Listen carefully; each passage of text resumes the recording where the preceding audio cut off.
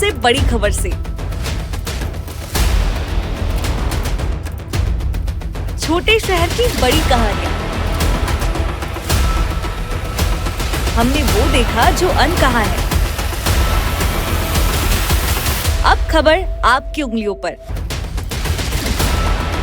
खबरों से परे। हर खबर पर हमारा नजरिया। इंडिया टाउन न्यूज, भारत की बात। जनता की आवाज, हमारी मुहिम।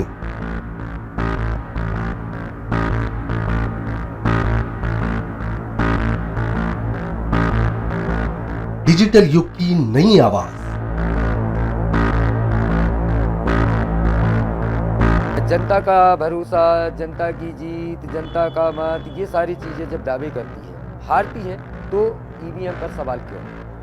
आपके लिए सबसे बेहतरीन हमारा प्रयास। इस वक्त की सबसे बड़ी खबर आपको बता रहे हैं। इंडिया टाउन न्यूज, भारत की बात। नमस्कार, इंडिया टाउन न्यूज के इस बुलेटिन में आप सभी का स्वागत है। मैं हूं आपके साथ रंजना राज। समय है इंडिया टाउन न्यूज में मध्य प्रदेश की खबरों का। खबरों को विस्तार से देखने के पहले आइए डालते हैं उन खबरों पे नजर जो बनी है इस वक्त की सुर्खियां।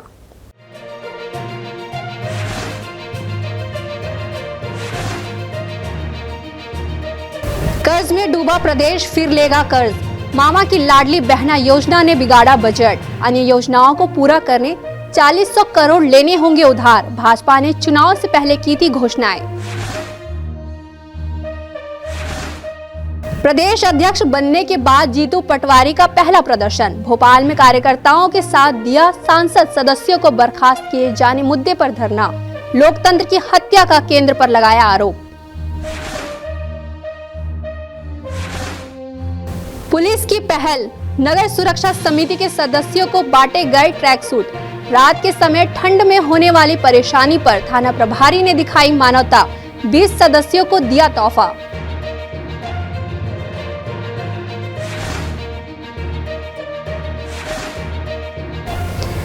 जबलपुर में नहीं मिल रही पार्षदों को राशि। भाजपा पार्षदों ने मद नहीं मिलने पर जताया विरोध। नगर निगम के आयुक्त का जवाब, है ही नहीं बजट तो कैसे दे पैसे।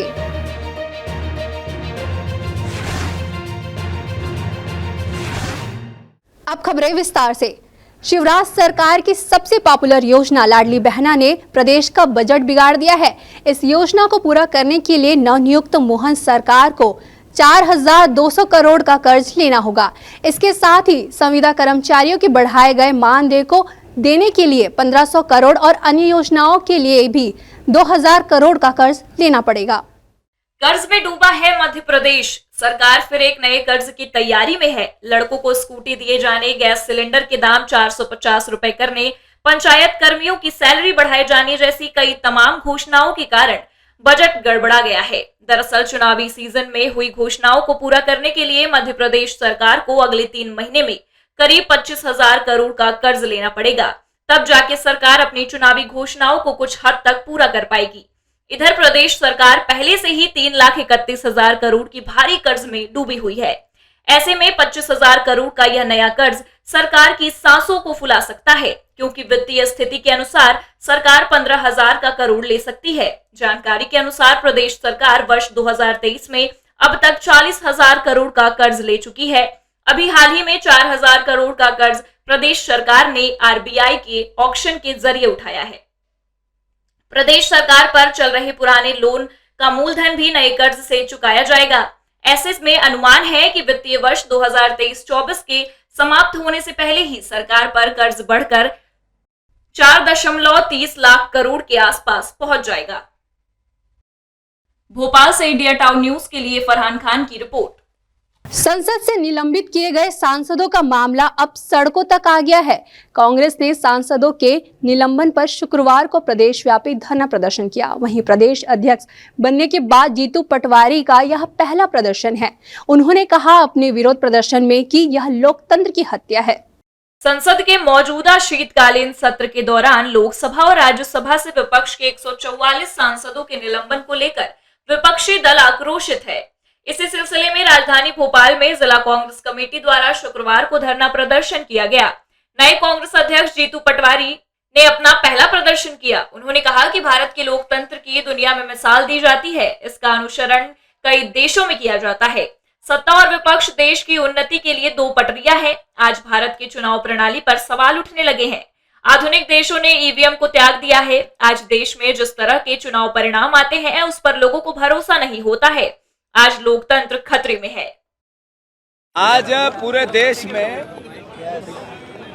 जिस तरीके से लोकतंत्र का, भारत के आम नागरिक के मौलिक अधिकार का हनन भारत क्या कर रही है, जो चुने हुए जनप्रतिनिधियों को सदन से बाहर उठा के बाहर निकाल रही है, ये अंतोगत्वा उस जनता के वोट का, उस मैंडेट का अपमान है, लोकतंत्र की हत्या है।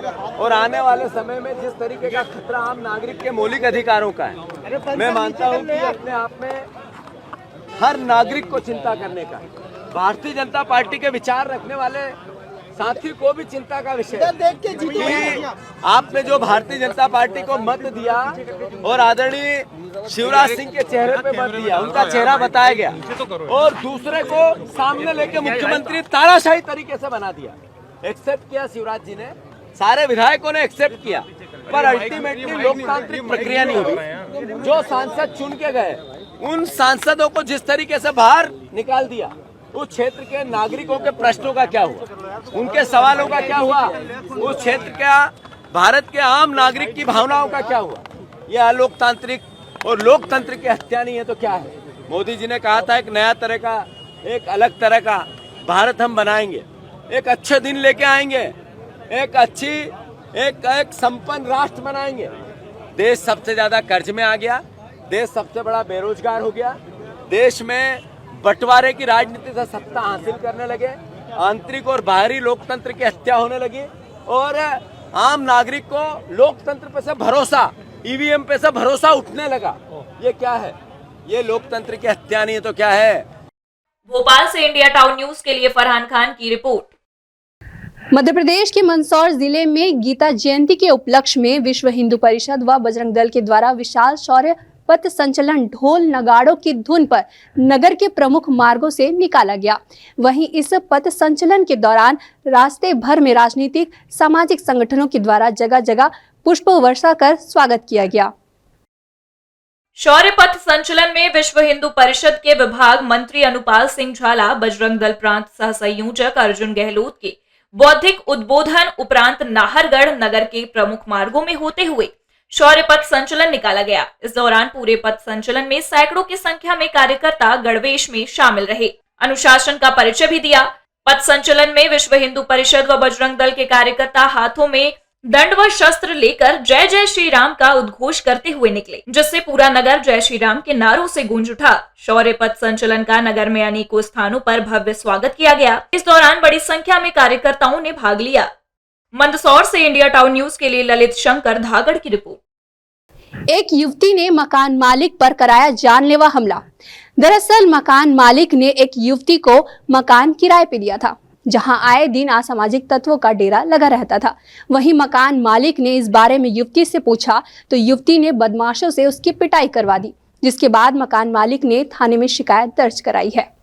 घटना के संबंध में पीड़ित मकान मालिक ने बताया कि उन्होंने असॉर्ट मार्केटिंग को अपना मकान किराए पर दिया है। मकान में आए दिन असामाजिक तत्वों का आना जाना लगा रहता था। घटना वाले दिन मकान मालिक सरल जैन ने युवती से पूछा कि यहाँ पर ये असामाजिक तत्व क्यों आ रहे हैं। युवती ने ये बात ऋतिक सोनकर से जाकर बता दी, जिस पर ऋतिक सोनकर ने अपने साथियों को बुलाया और साथ मिलकर मारपीट शुरू कर दी। पीड़ित मकान मालिक पर हमला कर उनके ऑफिस का सारा सामान तोड़ डाला। आरोपियों ने पीड़ित मकान मालिक के 4 पहिया वाहन को भी क्षतिग्रस्त कर दिया। इस घटना में मकान मालिक सरल जैन के ऑफिस में काम करने वाले एक युवक को चाकू लगा है। इधर पुलिस इस घटना की जाँच कर रही है। मनमोहन नगर में मेरा ऑफिस है। यहाँ पर मेरी बिल्डिंग में ऊपर मेरे किराएदार हैं एसॉर्ट मार्केटिंग करके। उनके यहाँ कुछ असामाजिक तत्व का बहुत आना जाना था, तो मैंने एक लड़की को मना किया कि ये सब लड़के क्यों आ रहे हैं। तो एक ऋतिक सोनकर नाम का लड़का और उसने 15-20 लड़कों को बुलाकर मेरे ऑफिस में तोड़फोड़ की। मैं कैश गिन रहा था तो कुछ पैसे भी छुड़ा के भगे हैं और मेरी कार में भी तोड़फोड़ की है और मुझे ऑफिस में घुस के कि मार डालूंगा, जान से मारने की धमकी दी। माँ बहन की बहुत उटपटांग गालियाँ दी और जान से मारने की धमकी दी। कोई पूर्व में विवाद नहीं, गाड़ी खड़ी करने को लेकर विवाद हुआ था। तो वो लड़की जो कि सोनकर है, ऋतिक सोनकर के साथ मिल के उसने 15-20 लड़कों को बुलाकर और ये घटना को अंजाम दिया। वो मुझे मार डालते अगर मेरे 3-4 साथी नहीं खड़े होते सामने, तो मेरे ऊपर उन्होंने डंडे से हमला भी किया। मैं पीछे हटा, मेरे एक साथी को चाकू लगी, उन्होंने रोकने का प्रयास किया, उनको चाकू लगी। अभी जानकारी हमें थाने में प्राप्त हुई है मोबाइल फ़ोन से, यहाँ कोई विवाद हुआ, तोड़फोड़ हुआ है। आए हैं, अब जांच करते हैं, जो भी पाया जाए कार्रवाई की जाएगी। जबलपुर से इंडिया टाउन न्यूज के लिए दिनेश चौधरी की रिपोर्ट। सिविल लाइन थाना प्रभारी की नई पहल पूरे शहर में चर्चा का विषय बनी हुई है। दरअसल अधिक ठंड बढ़ने से थाना प्रभारी ने हरदानगर ग्राम सुरक्षा समिति के कार्यकर्ताओं के लिए ट्रैक सूट दिए हैं। वहीं ट्रैक सूट मिलने के बाद नगर एवं ग्राम सुरक्षा समितियों के सदस्यों में उत्साह देखने को मिला है। सिविल लाइन थाना प्रभारी संतोष सिंह चौहान ने ठंड के मौसम को देखते हुए नगर ग्राम सुरक्षा समिति के सदस्यों को उनकी ओर से ट्रैक सूट दिलवाया गया है, जिससे उनको ठंड के मौसम में रात्रि में ड्यूटी करने में कोई परेशानी नहीं होगी। थाना प्रभारी संतोष चौहान द्वारा लगभग 20 सक्रिय सदस्यों को उनकी ओर से ट्रैक सूट दिलवाया गया। ट्रैक सूट मिलने के बाद नगर ग्राम सुरक्षा समिति के सदस्यों में उत्साह का माहौल देखने को मिल रहा है। खास बात तो यह है कि नगर ग्राम सुरक्षा समिति के सदस्य पुलिस के साथ कंधे से कंधा मिलाकर साथ कार्य करते हैं, जिससे शहर के चौक चौराहों पर रात्रि में पॉइंट पर नगर ग्राम सुरक्षा समिति के सदस्य भी मौजूद रहते हैं। थाना प्रभारी संतोष सिंह चौहान ने मीडिया से कहा कि रात्रि में गश्त के दौरान नगर ग्राम सुरक्षा समिति के सदस्य पुलिस के साथ एकजुट होकर कार्य करते हैं। अभी 20 सक्रिय सदस्यों को ट्रैक सूट दिए गए हैं। ग्राम नगर रक्षा समिति के सदस्य थाना सिविल लाइन क्षेत्र में लगातार रात्रि गश्त भी करते हैं और जो ड्यूटियाँ उनको दी जाती है वो ड्यूटियाँ भी करते हैं। तो इनको हमारे द्वारा एक ट्रैक सूट दिया गया है, जिसमें इनके एक समानता दिखे और पीछे नगर एवं ग्राम रक्षा समिति ये किया गया कि ये अलग से पहचान में आए ड्यूटी के दौरान।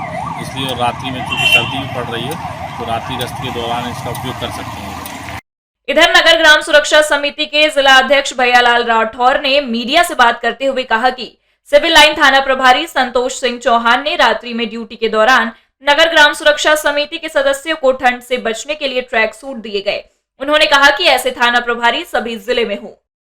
शहर के मुख्य पॉइंटों पे हम हमारी नाइट गश्त ईमानदारी से सब करते हैं। इसकी खुशी में और ठंडी को देखते हुए हमारे कर्मठ सदस्यों को सैकड़ों की संख्या में, महिला हमारी बहनों को इसके पूर्व साड़ी मिल चुकी है और आज हमारे सब भाइयों को ट्रैक सूट मिल गए हैं। जो ठंडी को देखते हुए ऐसे टीआई शहर के अंदर यदि हर जिला में हो तो नगर ग्राम सुरक्षा समिति अपराध में भी एक अंकुश लगेगा और अपराधी सदस्यों को पहचानने में हमारी नगर सुरक्षा समिति भूमिका निभाती है और अनेक कई गोपनीयता काम रहते हैं हमारे पुलिस से जुड़े हुए सदस्यों का।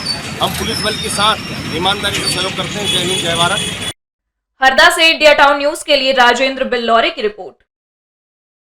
सरकार व जिले के अलावा जिम्मेदार अधिकारी भले ही धान खरीदी केंद्रों की व्यवस्था को चाक चौबंद व बेहतर बनाने की बात करते हो, लेकिन अभी भी कई धान खरीदी केंद्रों में लोकल स्तर पर तैनात समिति प्रबंधकों एवं अन्य जिम्मेदार अधिकारियों की मनमानी व तानाशाही चल रही है। वहीं इस कार्य में स्थानीय जनप्रतिनिधि समेत उनके दलाल भी पूरी तरह से सक्रिय है, जिसकी वजह से किसानों को दर दर भटकना पड़ रहा है। गोविंदगढ़ स्थित संचालित मां गौरी वेयर हाउस धान खरीदी केंद्र की जहां किसान परेशान हैं और खरीदी केंद्र में तैनात अधिकारी कर्मचारी मौके पर उपस्थित नहीं रहते, बल्कि बाहरी लोगों या यूं कहें कि बाहरी व्यापारियों के माध्यम से भ्रष्टाचार की सारी सीमाएं लांघी जा रही हैं। वहीं केंद्र में स्थानीय जनप्रतिनिधियों के अलावा बाहरी लोगों का कब्जा है, जहां इनके द्वारा जमकर भ्रष्टाचार किया जा रहा है, जिसकी वजह से किसानों को खून के आंसू रोना पड़ रहा है। इस संबंध में जब किसानों से बात की गई तो किसानों ने बताया कि नियम के अनुसार किसानों की धान खरीदी का काम उसी दिन होना चाहिए, लेकिन किसानों को कई दिनों तक खरीदी केंद्रों के चक्कर काटने पड़ रहे हैं। साथ ही तुलाई में भी निर्धारित वजन है, अधिक मात्रा में किसानों से धान ली जाती है।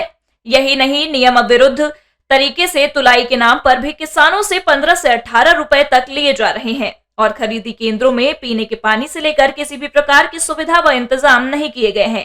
ऐसे में अनेकों समस्याओं से किसानों को इन खरीदी केंद्रों में गुजरना पड़ रहा है और यहाँ पर किसी भी प्रकार की सुविधा नहीं दी गई है। गोविंदगढ़ क्षेत्र में भर्ती से संबंधित और ट्रॉली के क्रम वगैरह इधर उधर होने के संबंध में या किसानों से जो बाहरी तत्व रहते हैं उनके द्वारा थोड़ा सा उनको परेशान करने की ऐसी कुछ शिकायतें आप लोगों के माध्यम से प्राप्त हुई हैं।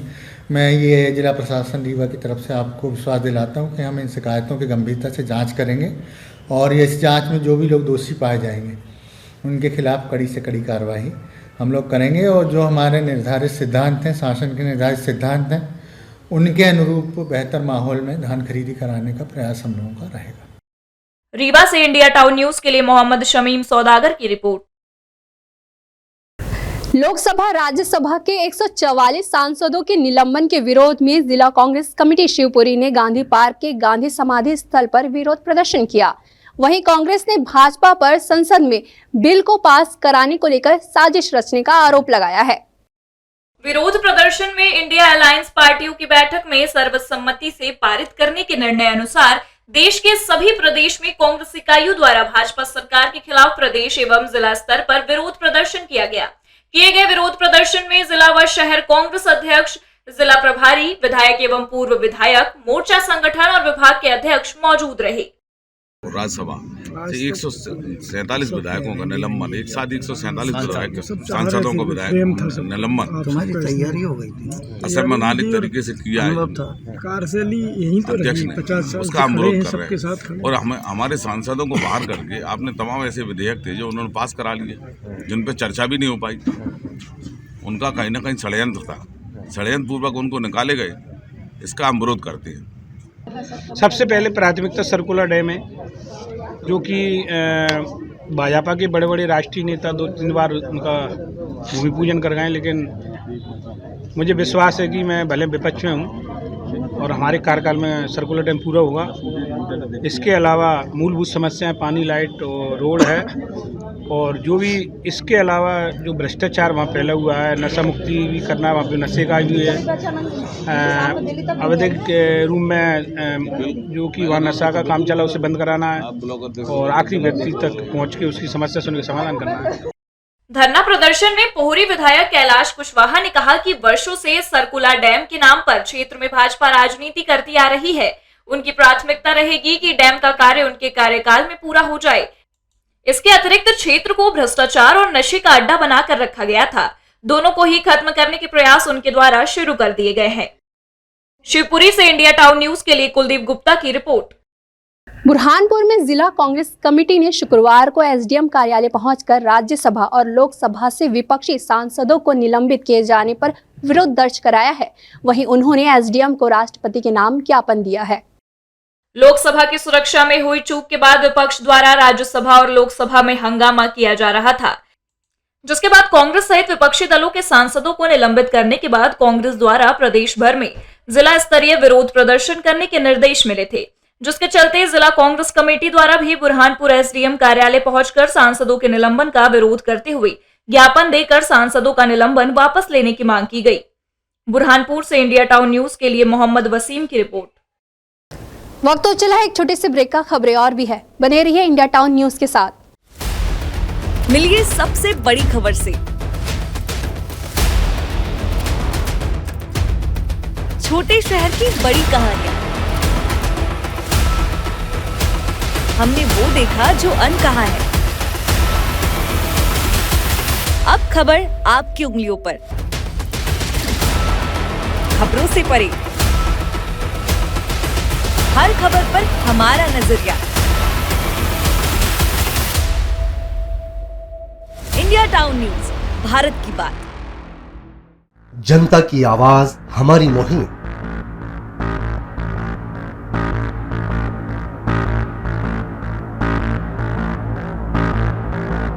डिजिटल युग की नई आवाज। जनता का भरोसा, जनता की जीत, जनता का मत, ये सारी चीजें जब दावे करती है, हारती है, तो ईवीएम पर सवाल क्यों? आपके लिए सबसे बेहतरीन हमारा प्रयास। इस वक्त की सबसे बड़ी खबर आपको बता रहे हैं। इंडिया टाउन न्यूज, भारत की बात। ब्रेक के बाद आप सभी का स्वागत है। चलिए बढ़ते अगली खबर की ओर। जबलपुर के नगर निगम में लंबे समय से भाजपा पार्षद दल के द्वारा पार्षद मद की राशि की मांग समेत कई अन्य मुद्दों को लेकर आवाज उठाई जा रही है। वहीं भाजपा पार्षद दल के द्वारा नगर निगम नेता प्रतिपक्ष कमलेश अग्रवाल के नेतृत्व में अपनी विभिन्न मांगों को लेकर नगर निगम आयुक्त को ज्ञापन सौंपा। मांगे पूरी नहीं होने पर उग्र आंदोलन की चेतावनी दी है। नगर निगम के द्वारा प्रत्येक पार्षद को 90 लाख रुपए पार्षद मद के लिए दिए जाने थे, पर अभी तक मात्र 30 लाख रुपए की राशि पार्षदों को विकास कार्यों के लिए दी गई है। वहीं जबलपुर शहर के नगर निगम क्षेत्र में लंबे समय से अव्यवस्थाएं देखी जा रही हैं। मुख्यमंत्री के आदेश का पालन भी अधिकारियों के द्वारा नहीं किया जा रहा, जिसको लेकर भाजपा पार्षद दल के द्वारा एक ज्ञापन सौंपा गया है, जिसमें कहा गया है कि अगर नगर निगम के अधिकारियों के द्वारा मामले में कार्रवाई नहीं की जाती है तो भाजपा पार्षद दल के द्वारा मामले को लेकर उग्र आंदोलन किया जाएगा। हमने 2 दिन का समय ले लिया। अगर ये 2 दिन के अंदर पार्षद मत की कार्रवाई नहीं करते या कोई प्रस्ताव बनवाने के लिए ओके नहीं करते हैं तो हम इसके लिए धरना देने के लिए बाध्य हैं। और हमें मालूम है कि नगर निगम में महापौर जी को विकास से कोई मतलब नहीं है। आपने देखा होगा जब से वो चुनाव जीते हैं उनको ना किसी पार्षद के साथ बैठना है, ना कोई पार्षद मत की बात करना है, ना किसी चीज़ की बात करना है। वो अपना घूमते फिरते रहते, इसके अलावा कोई काम नहीं है। और रही कमिश्नर साहब की बात, उनके भी कोई चीज़ समझ में नहीं आ रही है। उनको 100 बार बोल चुके हैं मगर उनको वो बार बार एक ही बात बोलते हैं, नगर निगम के पास फंड नहीं है। तो बाकी जो भ्रष्टाचार हो रहा है उसके लिए फंड है क्या, ये मैं कहना चाहता हूँ उनसे। और आज हम लोगों ने सभी लोगों ने यहाँ पे एक ज्ञापन दिए हैं और भी कई हमारी मांगें थी। वहीं नगर निगम आयुक्त स्वप्निल बानखेड़े ने बताया कि भाजपा पार्षद दल के द्वारा एक ज्ञापन सौंपा गया है, जहां ज्ञापन को लेकर उचित कार्रवाई की जाएगी। पार्षद मद की राशि को लेकर ज्ञापन दिया गया है। नगर निगम के पास पर्याप्त बजट फिलहाल नहीं है। जो समस्या है उसके लिए ज्ञापन दिया गया।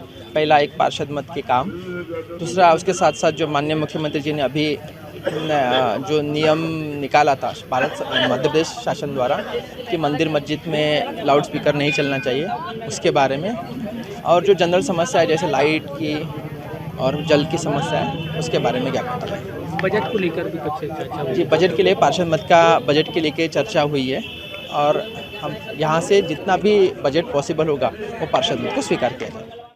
जबलपुर से इंडिया टाउन न्यूज के लिए दिनेश चौधरी की रिपोर्ट।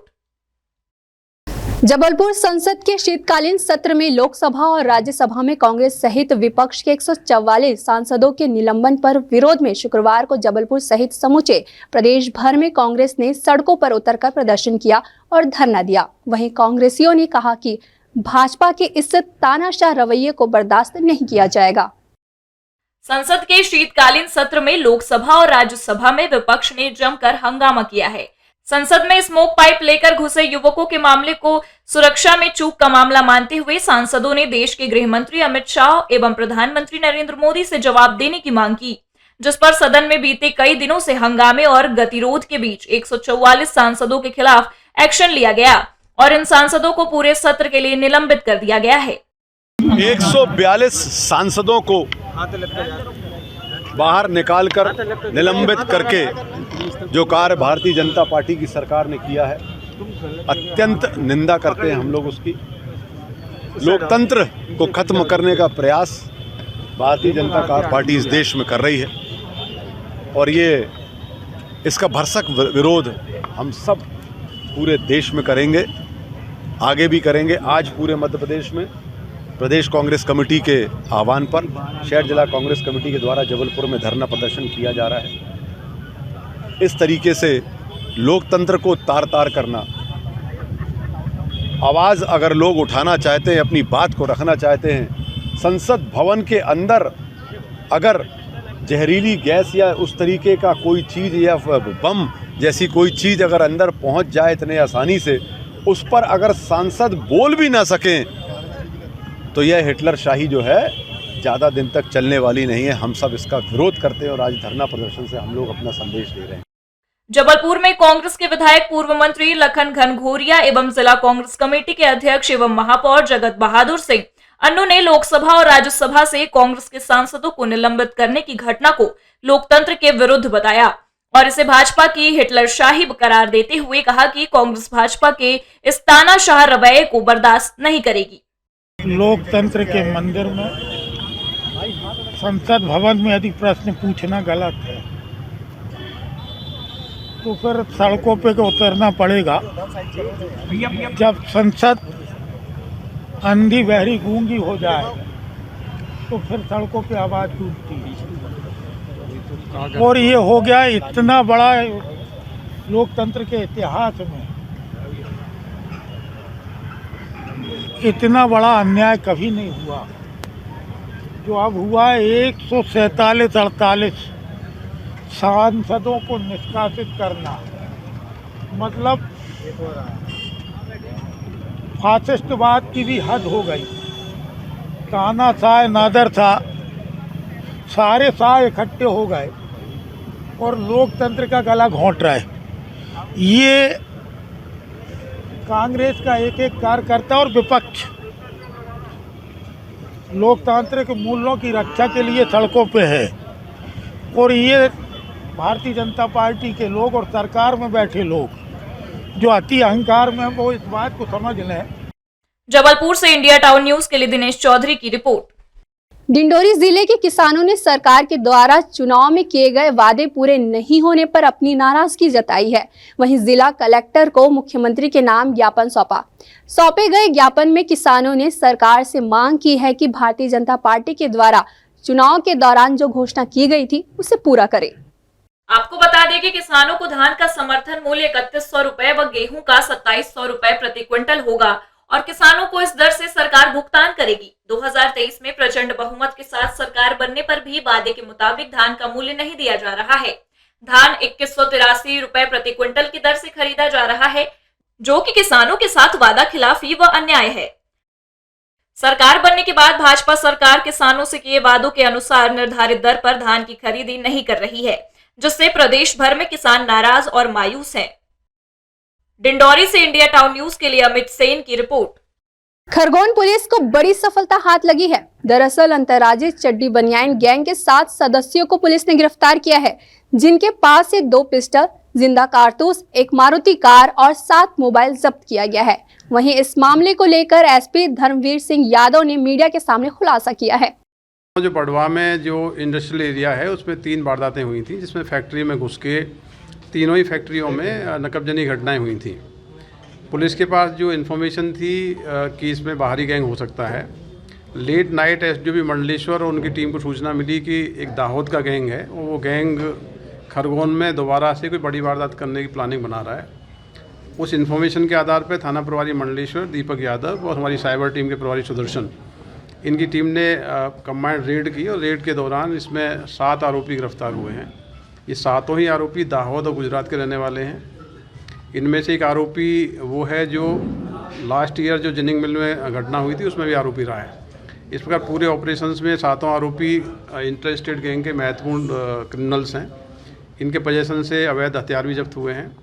इनको फर्दर इन्वेस्टिगेट हम लोग कर रहे हैं कि इनके अलावा और किन किन घटनाओं में इनका इन्वॉल्वमेंट है। मैयर जिले के ग्राम कनियारी मोड़ के पास भीषण हादसा हो गया, जहां तेज बस ने बाइक सवार को जोरदार टक्कर मार दी। इस घटना में मां बेटी की दर्दनाक मौत हो गई।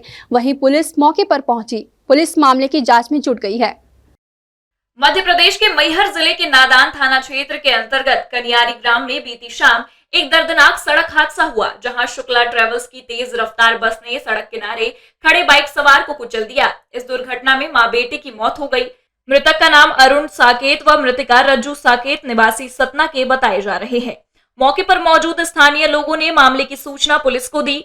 घटना की जानकारी लगते ही नजदीक अमरपाटन थाना पुलिस घटनास्थल पर पहुंच गई और मृतकों के शव को पोस्टमार्टम पंचनामा कार्यवाही के लिए शव गृह भेजा और बस को जब्त कर थाने भेजा गया। घटना की जानकारी मृतक परिवार को भी दी गई। आपको बता दें कि बाइक सवार अपनी गाड़ी सड़क किनारे रोककर जैसे ही खड़ा हुआ, वहीं सामने से आ रही तेज रफ्तार बस ने बाइक सवार मां बेटे को कुचल दिया। पुलिस ने मामला दर्ज कर जांच शुरू कर दी है। सतना से इंडिया टाउन न्यूज के लिए प्रदीप कश्यप की रिपोर्ट। ये थी अब तक की खबरें। अब मुझे दीजिए इजाजत, लेकिन आप अपने पसंदीदा न्यूज चैनल को लाइक, शेयर और कमेंट्स करना ना भूलें। साथ ही पल पल की खबरों और मनोरंजन के साथ ही देश प्रदेश की खबरों के लिए आप जुड़े रहिए इंडिया टाउन न्यूज के साथ। नमस्कार। मिलिए सबसे बड़ी खबर से। छोटे शहर की बड़ी कहानियां, हमने वो देखा जो अनकहा है।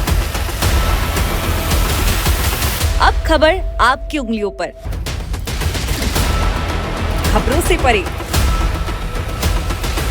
हर खबर पर हमारा नजरिया। इंडिया टाउन न्यूज, भारत की बात।